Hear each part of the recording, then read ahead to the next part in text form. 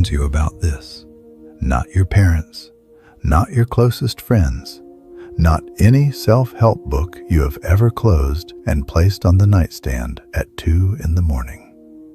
Nobody tells you that one of the most psychologically dangerous things a human being can do is remain visible to everyone, always, for years, without interruption, without retreat, without silence. They warn you about isolation. They pathologize withdrawal. They tell you that pulling away from people is a symptom of depression, of damage, of something broken inside you that needs to be fixed. But Carl Jung saw something different, something most people spend their entire lives never confronting. He understood that the person who never disappears, who is always reachable, always present, always performing, is often the most psychologically fractured of all. Because here is the truth nobody says out loud. Staying perpetually visible to the wrong people does not make you connected. It makes you consumed. And somewhere inside you, you already know this.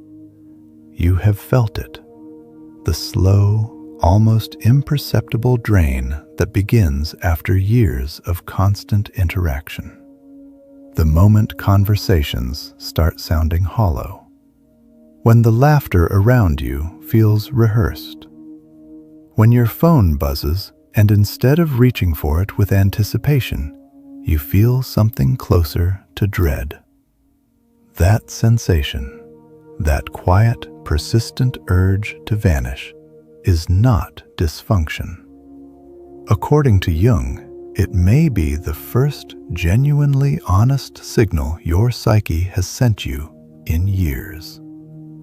Most people suppress it immediately. They call it antisocial.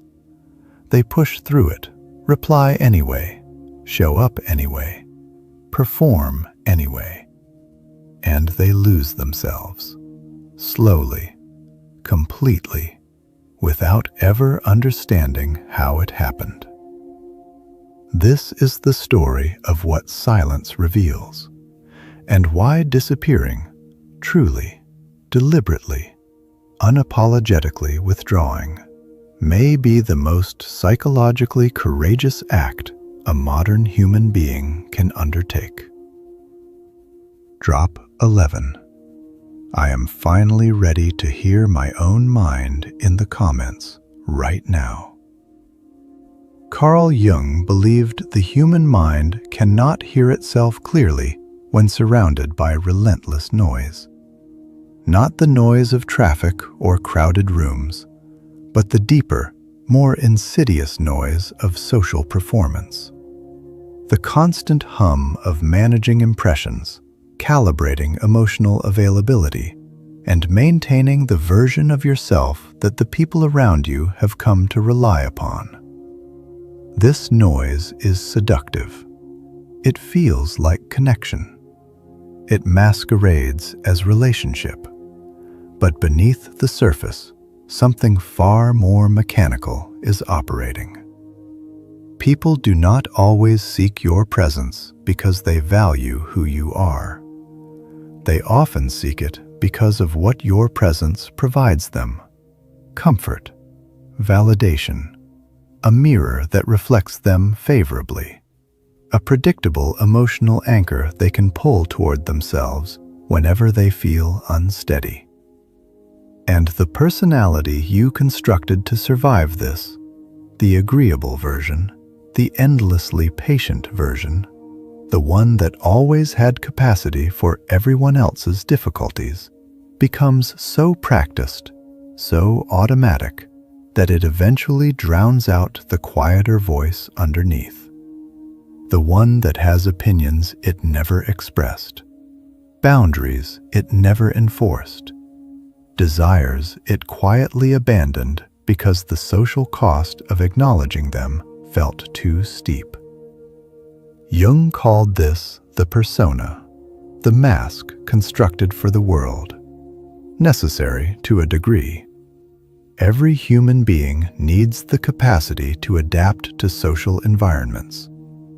But when the persona becomes permanent, when it stops being a tool and starts being a prison, the real self does not simply wait patiently beneath it. It begins to suffocate. So people keep performing, replying instantly, explaining themselves constantly, maintaining friendships that already died emotionally years ago.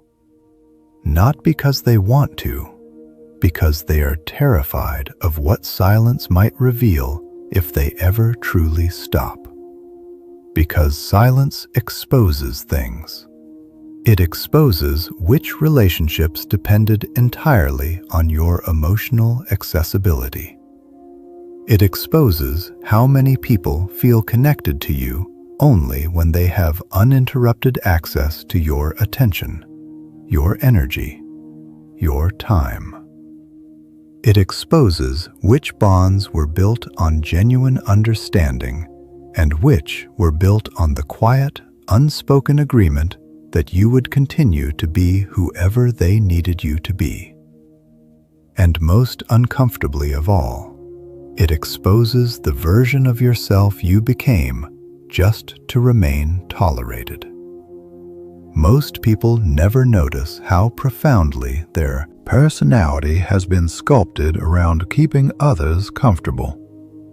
The process is gradual, imperceptible. One small adjustment at a time, softening an opinion here, swallowing a frustration there, laughing at something that did not feel funny, agreeing with something that felt wrong. Until the accumulated weight of all those adjustments becomes the person they recognize in the mirror. Until they disappear for a while. And then something deeply unsettling begins to surface. The people who claim to care about you respond differently to your absence than you expected. Some become irritated almost immediately. Others grow strangely cold, withdrawn in a way that mirrors your own withdrawal, but carries a faint, punishing edge. Some become suddenly, almost frantically interested in you again, reaching out with an urgency they never demonstrated during your constant availability. This is not affection. This is not concern. This is the psychological discomfort of losing predictability. Predictable people make others feel psychologically safe. That is why society subtly, consistently rewards over-explaining, emotional openness, and constant accessibility. A person who is always reachable is easier to emotionally manage. Their reactions can be anticipated. Their responses can be relied upon. Their availability can be consumed without negotiation. The moment you become less accessible, something shifts beneath the surface of your social world. People can no longer position themselves with certainty in relation to you.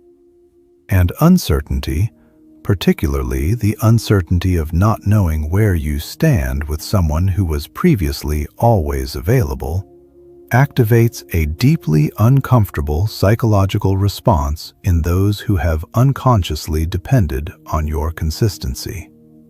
Jung understood this deeply.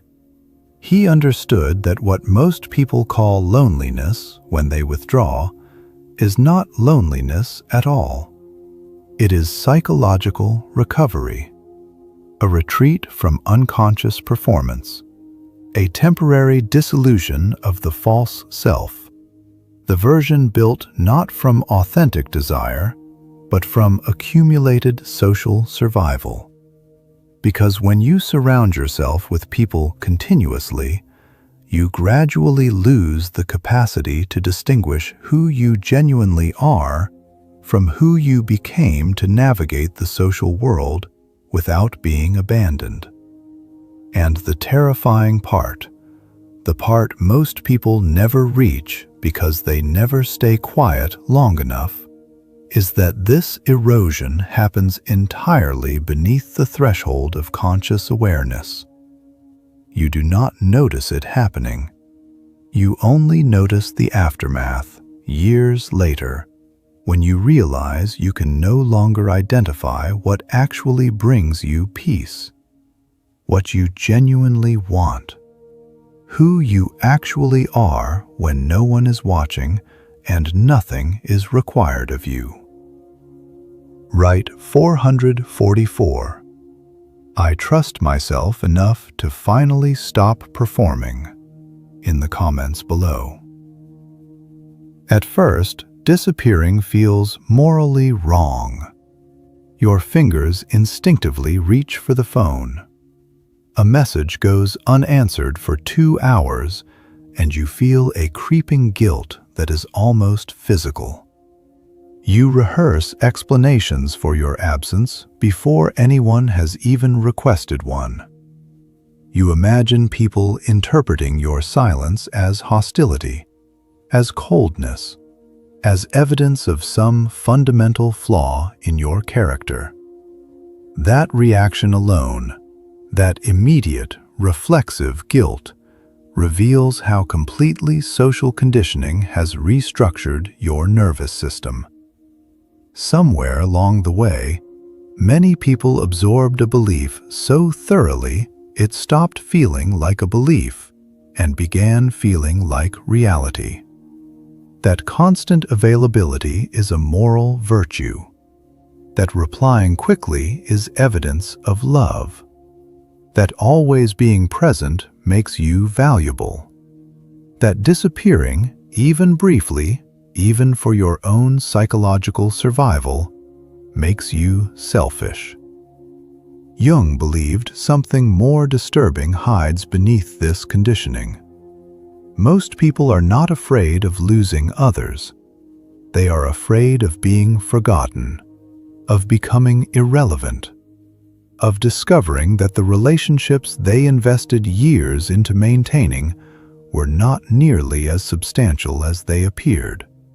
Sustained, in many cases, by the sheer force of their own continuous effort and the relentless willingness to be available. So they remain emotionally accessible long after it has begun quietly destroying them from the inside.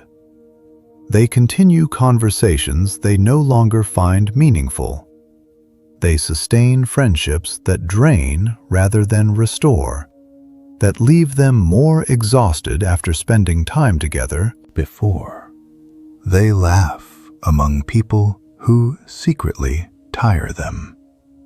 And slowly, in the accumulation of all these small performances repeated across years, they become strangers to themselves.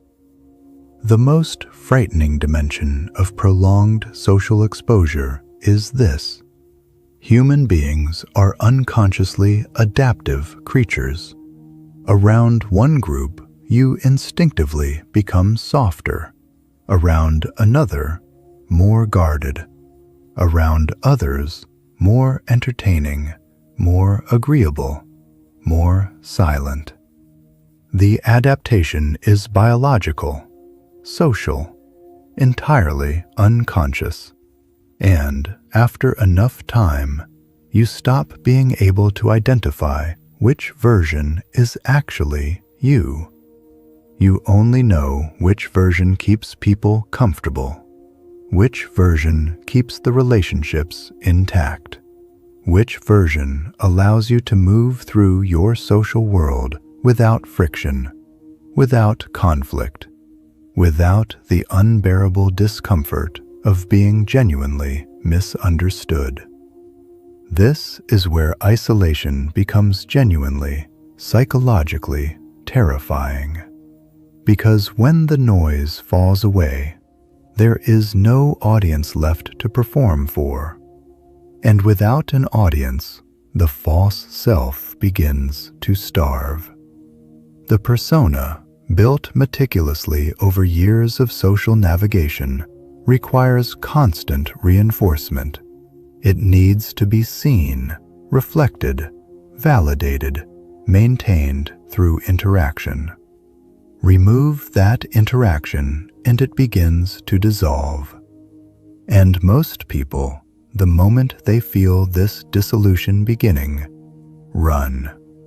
Back to their phones, back to meaningless exchanges, back to the constant low-grade stimulation that keeps the mind occupied and prevents it from turning inward. Because silence is not peaceful in the beginning. Silence is confrontation. In silence, things become visible that were impossible to perceive through the noise. You begin noticing that certain people only reached out when they required emotional support, that some friendships were constructed almost entirely on a shared, mutual distraction from the discomfort of being alone with themselves, that you frequently violated your own boundaries, your own needs, your own sense of what felt right, simply to avoid the social consequence of disappointing someone else. Kindness without boundaries quietly teaches people how to use you. And the most disorienting dimension of this realization is that most of the people who benefited from your unlimited accessibility were not malicious. They were simply human. Human beings naturally gravitate toward emotional convenience. If you always listen, they will always unload. If you always forgive, they will continue crossing the same lines. If you always remain, they will assume you are permanent, not because they are calculating, but because humans adapt with remarkable speed to whatever is consistently available to them. That is precisely why your disappearance unsettles people more profoundly than your anger ever could. Anger still provides them with something. It keeps the engagement alive. It confirms that you still care enough to react. But silence removes all of that entirely. And it forces the people around you into an uncertainty they are not accustomed to experiencing in relation to you. Suddenly, they begin wondering, did something change? Are they pulling away? Did I do something wrong? But what truly disturbs them is not your physical absence. It is the emerging realization that your interior world, your thoughts, your attention, your emotional life may be continuing, even flourishing, without them positioned at the center of it. People frequently confuse emotional possession with genuine connection. They believe that frequent access